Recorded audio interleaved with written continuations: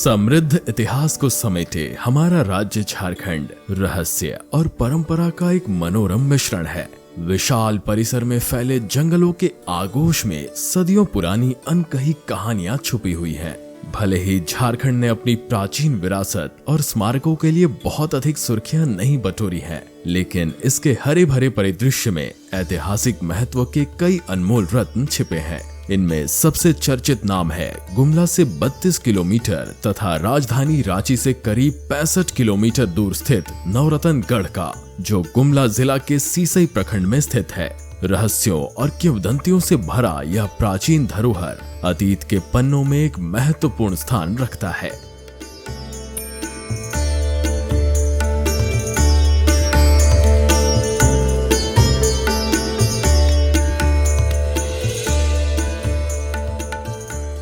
हमारे राज्य में कुल 24 जिले हैं और हर जिला की अपनी एक खासियत है।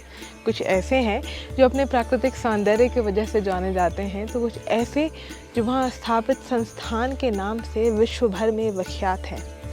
आज हम जहाँ आ चुके हैं, वहाँ की विरासत, वहाँ का इतिहास, वहाँ सदियों पुराना स्थापित साम्राज्य उसे मशहूर बनाता है। हम आज आपको सफ़र करवाएंगे नवरत्नगढ़ की। आज से लगभग 400 वर्ष पूर्व नागवंशियों द्वारा स्थापित ये साम्राज्य आज न केवल झारखंड में बल्कि पूरे देश भर में मशहूर है। और बीते कुछ वर्षों में यहाँ एएसआई द्वारा बखूबी से कार्य किया गया है। उसने एक बहुत बड़ी भूमिका निभाई है नवरत्नगढ़ को एक अहम पर्यटन स्थल बनाने में। इस बार हम आपको कहानी सुनाएंगे नवरत्नगढ़ की। निकल चलिए हमारे साथ, एक बार फिर से इतिहास के पन्नों को खोलते हैं।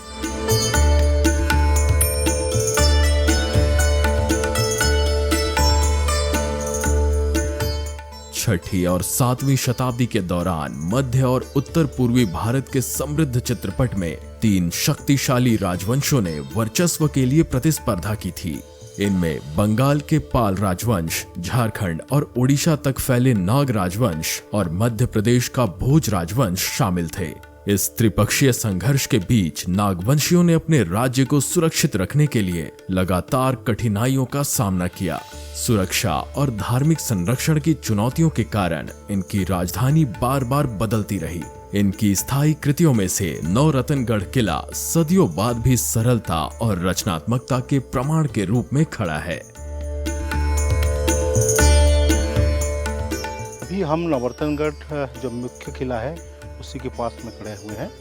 ये जो किला है ये 5 मंजिला किला है और इसमें आपको 3 जो तल हैं वो तो आप देख सकते हैं, और एक ऊपर में एक और तल है जो में 4 तल इसमें आपको दिख देता है, और एक तल जो है इसकी नीचे स्थित है, जो आप लोग खुदाई के दौरान उसको प्राप्त हो सकते हैं।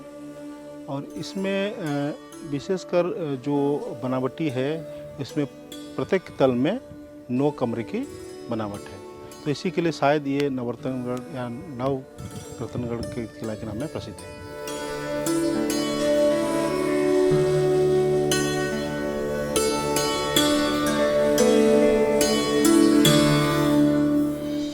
नवरत्नगढ़ के निर्माण के विषय में कुछ इतिहासकारों का मानना है कि नाग राजवंश के 49वें राजा महाराज श्री रघुनाथ शाह ने 18वीं शताब्दी की शुरुआत में यहाँ महल और मंदिर का निर्माण कराया था। इस बात का जिक्र यहाँ प्राप्त हुए एक शिलालेख में किया गया है।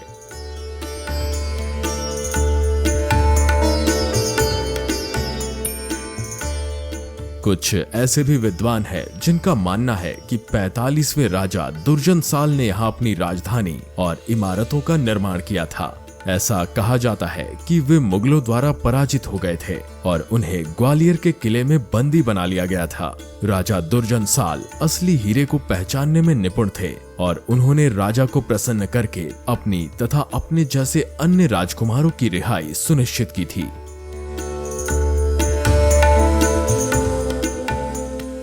मुगलों के चंगुल से लौटने के बाद राजा दुर्जनसाल ने 16वीं शताब्दी के मध्य में इस इमारत का निर्माण करवाया। शोधकर्ताओं और पुरातत्व विभाग का मानना है कि राजा यहाँ केवल कुछ वर्षों तक रहे और एक ब्राह्मण के कहने पर इस स्थान को छोड़ अपनी राजधानी को पालकोट में स्थानांतरित कर दिया।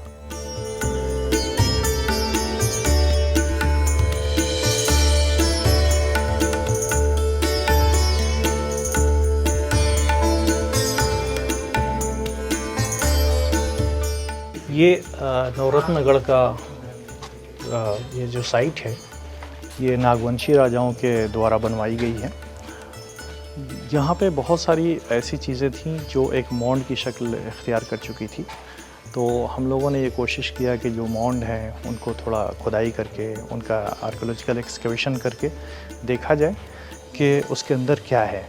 तो 2020-21 में हम लोगों ने ये एक्सकवेशन टेकअप किया और यहाँ पे जब पुराना फ़ोटो देखेंगे तो एक ऊंचा सा मॉन्ड है और उस मॉन्ड के अंदर कुछ भी नहीं दिखता था। फिर हम लोगों ने उसको आर्कियोलॉजिकल एक्सकवेशन किया तो बेसिकली इसमें 3 अलग अलग सेल हमको मिले। एक जो सबसे ईस्टर्न साइड में जो सेल था वो एक बड़ा सा हॉल था जो 40 मीटर बाई 20 मीटर के लगभग का है। जो मिडिल वाला चेम्बर था उसमें 3 बड़े बड़े कमरे मिले और उसके बाद जो वेस्टर्न साइड की तरफ जो एक चेम्बर है वो भी एक हॉल है। तो ये इस तरीके से जब खुदाई चल रही थी, यहाँ एक्सकवेशन आर्कियोलॉजिकल चल रहा था, आर्कियोलॉजिकल एक्सकवेशन चल रहा था, तो उस टाइम हम लोगों ने ये कोशिश की कि जो चीज़ें निकल रही हैं उसको बहुत अच्छी तरीके से उसको बचा कर रखा जाए। तो हम लोगों ने जो भी यहाँ प्लास्टर थे, जो भी नीचेज थी, जो दरवाजे थे, उनका बहुत केयरफुली उसको एक्सकेवेट किया और उसको अच्छी तरीके से निकाला। अभी भी आप देख सकते हैं कि ये जो जितने भी प्लास्टर्स हैं वो उसी ज़माने के किए हुए हैं। कुछ कहीं पे जब ज़्यादा ज़रूरत पड़ी तो हम लोगों ने उसको थोड़ा सा कंजर्व करने की कोशिश की है। बाकी जिस तरीके से निकला था उसी तरीके से हम लोगों ने इसको अभी बचा के रखा हुआ है।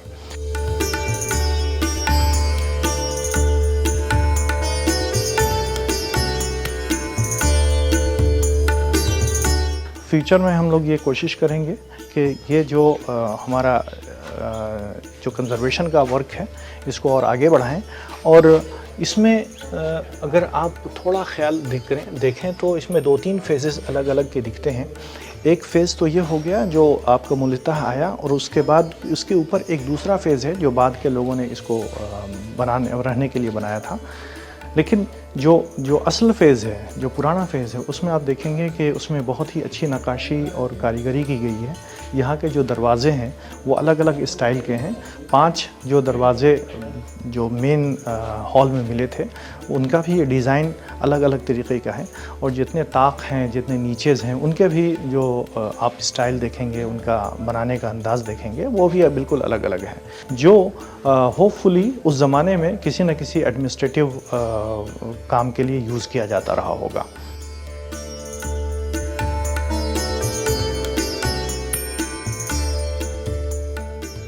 ये जगह देखने में बहुत अच्छी है। हमें पता चला कि नागवंशी अपने पुराने ज़माने में कैसे रहते थे। ये यहाँ पे उनका गेस्ट हाउस हुआ करता था और जब राजा का किला उस साइड में है, मेन किला।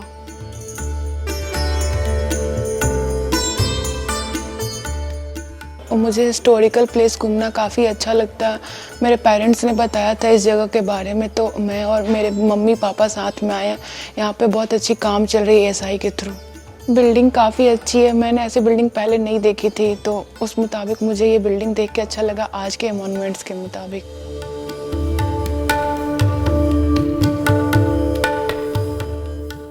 ये जो भवन आप देख रहे हैं, कुछ वर्ष पहले तक ये मलबे के नीचे दबा हुआ था, लेकिन पिछले वर्ष ही एएसआई द्वारा उत्खनन के वक्त इसे पाया गया है और इसका इस्तेमाल नागवंशी किस रूप में करते थे इसकी कोई सटीक जानकारी तो नहीं है, लेकिन ये कहा जाता है कि ये उस वक्त प्रशासनिक ब्लॉक के रूप में इस्तेमाल होता था और जो भी ऐसे कोई खबरी थे जो राजा के लिए कोई संदेश लेकर आते थे या फिर जिन्हें यहाँ पर कुछ काम हुआ करता था तो उन्हें इसी स्थान पर ठहराया जाता था।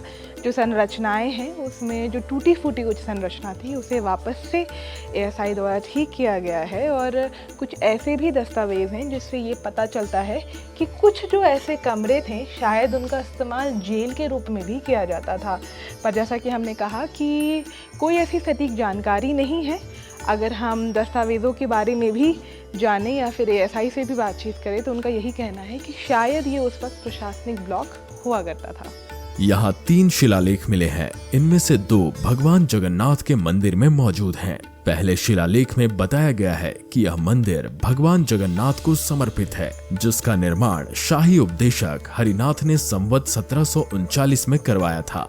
दूसरे शिलालेख से पता चलता है कि राजा रघुनाथ ने संवत 1739 में कृष्ण मंदिर का निर्माण करवाया था, जबकि तीसरा शिलालेख बतलाता है कि हरिनाथ देव ने अपने भाई गोकुलनाथ के साथ मिलकर संवत 1767 में एक मंदिर का निर्माण करवाया था।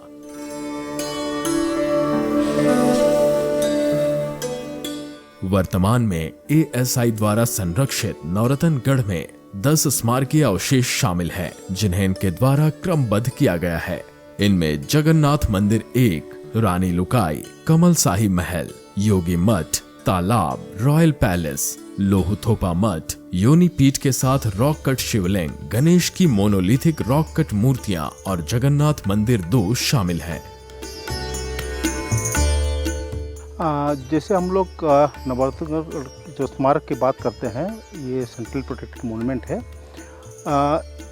ये हम लोग भारतीय पुरातत्व सर्वेक्षण के पास 2019 में आया। ये नवरत्नगढ़ जो किला है या इसका जो परिसर है, ये कुल 12 एकड़ क्षेत्रफल में ये सीमित है। इसमें हम लोग जैसे देखते हैं, इसमें बहुत सारे मॉन्यूमेंट का ग्रुप है। उसमें जगन्नाथ टेम्पल है, उसका मुख्य किला है, उसके साथ साथ आपका लोहुथोपा मठ है, रानी लुकाई मठ है। इस तरह का बहुत सारे मॉन्यूमेंट्स इसमें सम्मिलित हैं। और ये जो नवरत्नगढ़ है, इसको पहले दोईसागढ़ के नाम में भी जाना जाता था। इसको दुर्जन साल जो राजा थे या नागवंशी राजा, उन्होंने उसको स्थापन किया था। वो उसके बाद से ये बहुत सारे जो उनकी बाद के राजाओं द्वारा शासन रहा, तो इसी क्रम में बहुत सारे मॉन्यूमेंट उसका परिसर का डेवलपमेंट हुआ है। जो राजा दुर्जन साल थे, जो जहांगीर के पीरियड में ग्वालियर में जिनको बंदी बनाया गया था, उन्होंने इस किले का निर्माण कराया, नवरत्नगढ़ का। तो उनको जो बंदी बनाया गया था, उस बुक के हिसाब से 1615 में, और 12 साल के बाद उनको रिहा किया गया, यानी कि 1627 में। उसके बाद में जैसे उनके साथ जितने भी राजा महाराजा जो बंदी थे, जब वो सभी आए खुखरागढ़, क्योंकि उस समय की राजधानी खुखरागढ़ हुआ करती थी, उसी के समय के बाद में दुर्जन साल अपनी राजधानी को खुखरागढ़ से शिफ्ट किए नवरत्नगढ़। और ये भी जानकारी है कि वहाँ पे जितने भी लोग थे कैप्टिव, जो भी राजा महाराजा थे, वो लोग क्योंकि शायद नंबर्स में 9 जन थे, और उन्हीं लोगों के मदद से ये बना गया, शायद इसलिए इसको नवरत्नगढ़ भी कहा जाता है। और नहीं तो दूसरा और एक हम लोग इसको नाम से जानते हैं, दोईसागढ़। तो नवरत्नगढ़ के पीछे हमें जो सुनने को मिला कि 9 उनके जो सहयोगी थे, उनके साथ में जो थे, शायद इसमें नवरत्नगढ़ कहा जाता है उनको।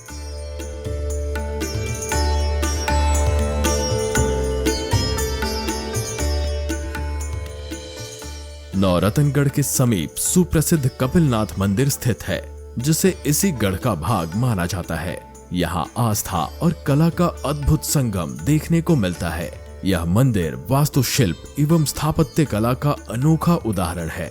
मंदिर के पुजारी बताते हैं कि मंदिर का निर्माण नागवंशी राजा राम साई ने संवत 1700 में कराया था। यहाँ सदियों से भगवान भोलेनाथ की पूजा होती चली आ रही है। सर्वप्रथम राजाओं का निवास स्थान खुखरा था, वहां से एक बादशाह आती थी और आके जहां बाबा भोलेनाथ जो अंदर में जो गर्भगृह है वहां पर खड़ी हो जाती थी। उस समय तो मंदिर था नहीं, और वहां पर दूध पिलाती थी बाल स्वरूप, स्वयंभू निकलते थे और वही बादशाह का स्तनपान करते थे। तब राजा साहब को सूचना देता है चरवाहा कि राजा साहब देखिए, काफी दिनों से बादशाह आ जा रही थी, पर मुझे मालूम तो था नहीं। आज हम बादशाह का पीछा किए तो एक सांप को दूध पिलाते हुए देखे। बोले तुम सही बोल रहे हो, सही बोल रहे हो, अगर तुम झूठ बोल रहे हो तो तुम्हें गठारा का सजा भोगना पड़ेगा। मंजूर है, बोल दिया। दूसरे रोज तो देखते हैं बाल रूप में बाबा भोलेनाथ का प्रत्यक्ष दर्शन राजा साहब को हुआ। ये बात संवत 1700 का है और इसमें अंकित भी है, लिखा हुआ भी है कि संवत 1700 रवियान आषाढ़ सुदी तृतीय शनिमान श्री राम शाह नरदेव विराज ब्रह्मचारी शिव को मठ साज। यहाँ पर फिर लिखा हुआ चीजवा एक ही है। मुनि रस सिंधु शशि समजान, कार्तिक सुदी रविवान प्रमाण, श्री हरिनाथ गुरु कृतराज। नौरतनगढ़ का विस्तार वर्तमान की चारदीवारी से काफी आगे तक फैला हुआ है। परिसर के बाहर कई ऐसे क्षेत्र शामिल हैं जहां अतीत के अवशेष अभी भी विद्यमान हैं। कुछ प्राचीन और मनमोहक हैं, जबकि अन्य समय के थपेड़ों से फीके पड़ चुके हैं।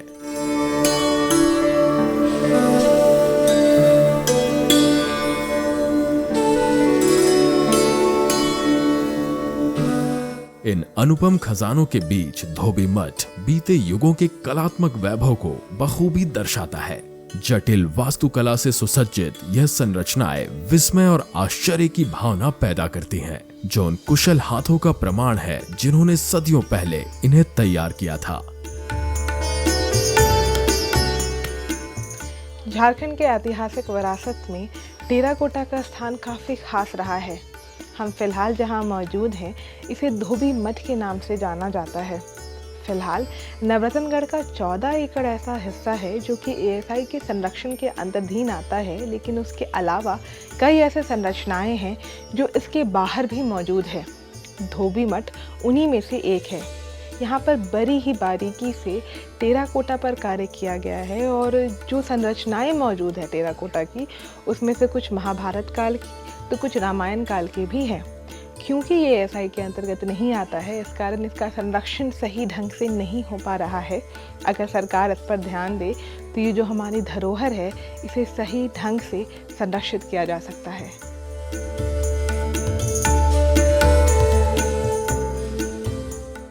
धोबी मठ के पास ही एक बावली मौजूद है जो राज्य के निवासियों की सरलता और व्यवहारिकता दोनों का प्रमाण है। एक समय राजसी परिवार के लिए महत्वपूर्ण जीवन रेखा रही यह संरचना आज भी सक्रिय रूप से इस्तेमाल में है। इसकी मजबूत दीवारें पीढ़ियों के उतार चढ़ाव की गवाही देती है। आज भी अपने मूल उद्देश्य को पूरा करते हुए यह बावली आसपास के ग्रामीणों के लिए पानी का एक महत्वपूर्ण स्रोत है। यहाँ मौजूद प्रत्येक स्मारक इस साम्राज्य के समृद्ध इतिहास का एक अनूठा अध्याय है। हम फिलहाल जिस स्थान पर मौजूद हैं इसे बावली कहते हैं। इसका निर्माण नागवंशी शासनकाल के दौरान आज से लगभग 300 वर्ष पूर्व किया गया था। कुछ इतिहासकार बताते हैं कि इसका इस्तेमाल रानियां स्नान के लिए किया करती थी। निर्माण से इतने वर्ष पश्चात भी इसकी स्थिति काफ़ी अच्छी है और आज भी स्थानीय लोग जलापूर्ति के लिए इसका इस्तेमाल कर रहे हैं। जैसा कि आप देख सकते हैं कि यहाँ पर अंदर सीढ़ियाँ बनाई गई हैं, इसीलिए पानी का स्तर अगर काफ़ी नीचे भी है तो लोग आराम से यहाँ पर आकर पानी भर सकते हैं। इस बावली की संरचना काफ़ी खूबसूरत है और अंदर कुछ ऐसे स्थान बनाए गए हैं जहाँ आप अपनी वस्तु रख सकते हैं।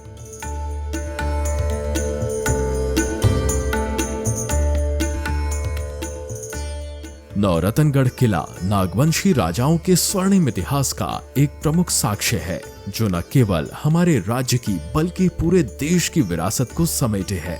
सुर्खी, चूना पत्थर और लाहौरी ईंटों से निर्मित इसकी राजसी संरचना मुगल काल के स्थापत्य वैभव की प्रतिध्वनि है। यह धरोहर इसके निर्माताओं की कलात्मक कौशल का एक जीवंत प्रमाण है।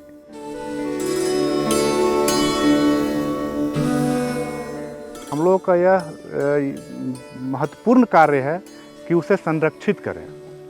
संरक्षित करने में भारतीय पुरातत्व सर्वेक्षण उन्हीं सभी तकनीकों का इस्तेमाल करती है जिस स्थिति में वो हमें प्राप्त हुए हैं।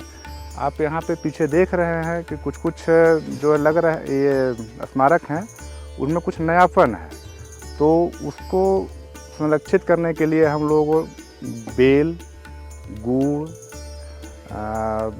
मूंग दाल, उड़द दाल सबको मिला करके कुछ दिन के लिए छोड़ देते हैं। 15 दिन ये कम से कम उसी स्थिति में रहती है और जब ये अपने आपस में मिलकर एक गाढ़ा घोल तैयार होता है जो कि किसी भी चीज़ को जोड़ने में सक्षम हो जाता है, तो उसके बाद हम लोग उसको फिर उसी तरीके से या जिस पैटर्न पे पुराना स्मारक है उसी के मापदंड को फॉलो करते हुए हम लोग संरचना को ये संरक्षित करते हैं।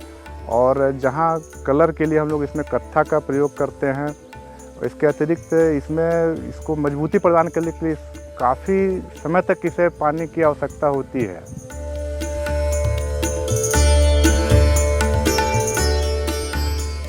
नौरतनगढ़ से कुछ ही दूरी पर एक उल्लेखनीय धरोहर मौजूद है, जिसकी वास्तुकला नौरतनगढ़ के जगन्नाथ मंदिर से काफी मिलती जुलती है। कई लोगों का मानना है कि यह स्थान मौसी बाड़ी है, यहाँ तक कि इसे स्थानीय लोग इसी नाम से जानते हैं। जो भी नागवंशियों का राजाओं का जो भी था, तो वो विविध क्षेत्रों में मतलब इर्द गिर्द गाँव में फैले हुए हैं। ये भी नगर गांव में ही आते हैं, लेकिन इसका ये मौसी बाड़ी है और वहाँ पर जगन्नाथ टेम्पल है हमारा। और जगन्नाथ टेम्पल और मौसी बाड़ी के बारे में हम लोग तो जानते हैं कि जगन्नाथ जो बलभद्र रथ यात्रा के दिन के रथ आते हैं, फिर उसके बाद में मौसी के घर आते हैं। तो यही मौसी के घर है, जगन्नाथ जी के मौसी के घर है। तो यहीं पर वो लोग आते हैं और 9 दिन तक यहाँ रहते हैं। तो इस प्रकार इसका आध्यात्मिक पहलू है। गांव वाले लोग मौसी बाड़ी के नाम से जानते हैं। इतिहासकारों ने भी इसका वर्णन किया है कि ये मौसी बाड़ी है, लेकिन इसका स्ट्रक्चर अभी तक यथावत है। ऊपर का भाग भग्नावशेष हो चुका है, लेकिन भी एक देखने से पता चलता है कि एक मंजिला रहा होगा या तो जो भी है, लेकिन मंजिल ऊपर और रहा है।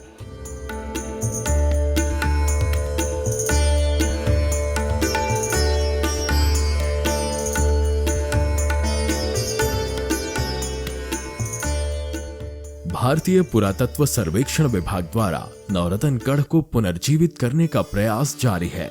इनके द्वारा यह सुनिश्चित किया जा रहा है कि सदियों पहले इस्तेमाल की गई सामग्री और तकनीकों का उसी रूप में उपयोग करके प्रत्येक क्षतिग्रस्त पहलू को उसके पूर्व रूप में लाया जा सके।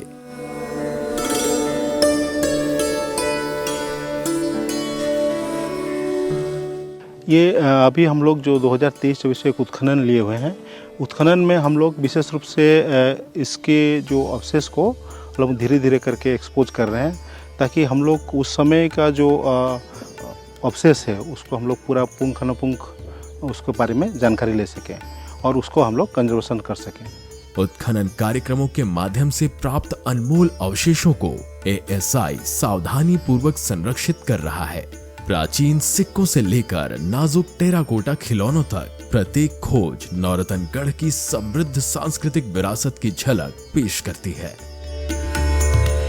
यहाँ जो पुरातात्विक उत्खनन हुआ उसमें बहुत ज़्यादा उत्साहजनक परिणाम हम लोगों को मिला। फलस्वरूप हम लोगों ने द्वितीय सत्र का इसका लाइसेंस लिया और द्वितीय सत्र के लाइसेंस में अभी हम लोगों के पास जो प्राप्त है वो बहुत सारे एंटिक्विटी प्राप्त हुए हैं, जो कि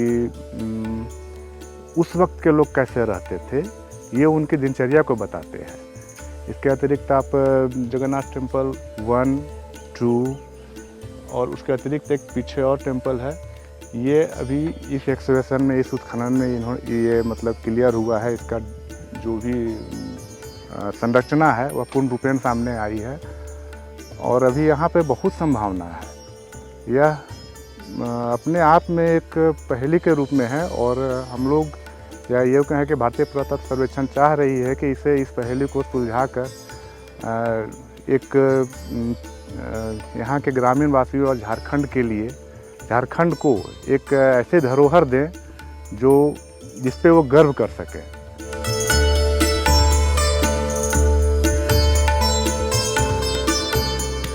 नौरतनगढ़ हमारे राज्य की विरासत के एक महत्वपूर्ण स्तंभ के रूप में खड़ा है, जो अपने अवशेषों के माध्यम से इतिहास और संस्कृति से जुड़े अमूल्य ज्ञान प्रदान कर रहा है। प्राचीन साम्राज्य का यह अवशेष अतीत का एक ऐसा दर्पण है जो हमें हमारे पूर्वजों के जीवन और विरासत की एक झलक प्रदान करते हैं। वर्तमान समय में भारतीय पुरातात्विक सर्वेक्षण विभाग नौरतनगढ़ की विरासत के संरक्षण और पुनरुद्धार की दिशा में निरंतर कार्य कर रहा है। उनके प्रयासों से आज यह गढ़ सैलानियों को पुरातनता की कहानियां सुना रहा है।